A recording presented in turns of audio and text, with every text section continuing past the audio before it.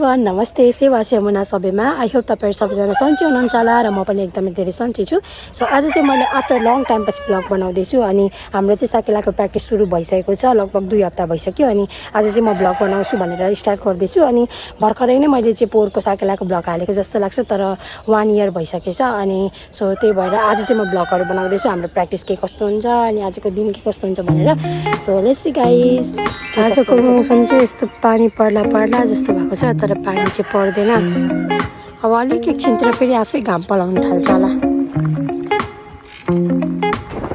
अहिले त पत्रीको बाटो एकदम दामी भइसकेको छ क्या। पहिले चाहिँ यसरी पानी थियो।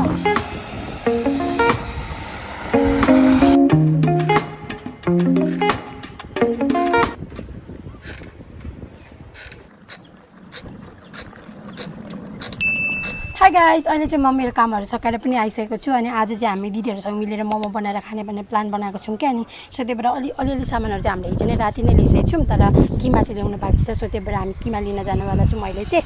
अनि हामी चाहिँ आज पोर्कको बनाउने भनेर सोचेको छौँ होइन। त्यस्तो मतलब मजाले हामीले बनाउनै आउँदैन नि त मोमो, दिदीलाई पनि आउँदैन मलाई पनि आउँदैन अनि जस्तो हामी चाहिँ ट्राई गर्नु लागेको छौँ। सो लेट्स सी के कस्तो हुन्छ है। त्यही हो।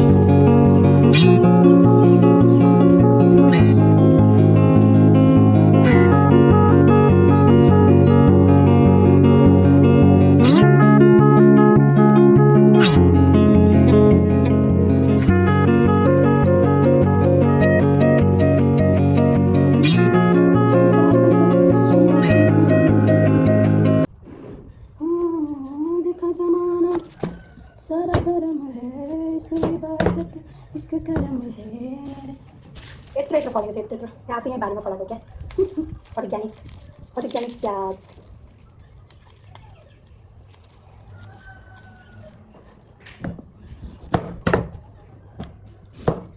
कस्तो बिग्रिन थालिसकेको छ। सम्झिरहेको छु सम्झिरहेको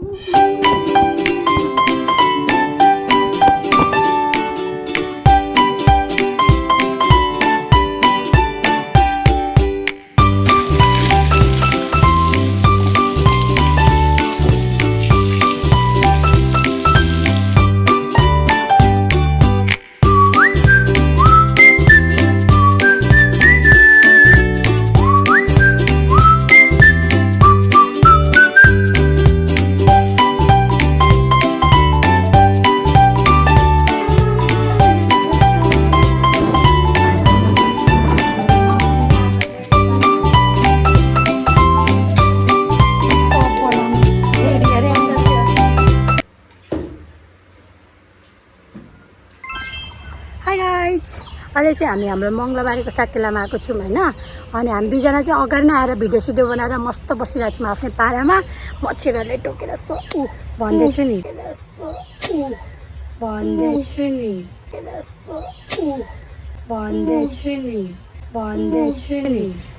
हेर्नुभयो मच्छरहरू यति धेरै छ। अनि हामी चाहिँ हाम्रो साकेला थान्न आइसकेको छौँ होइन।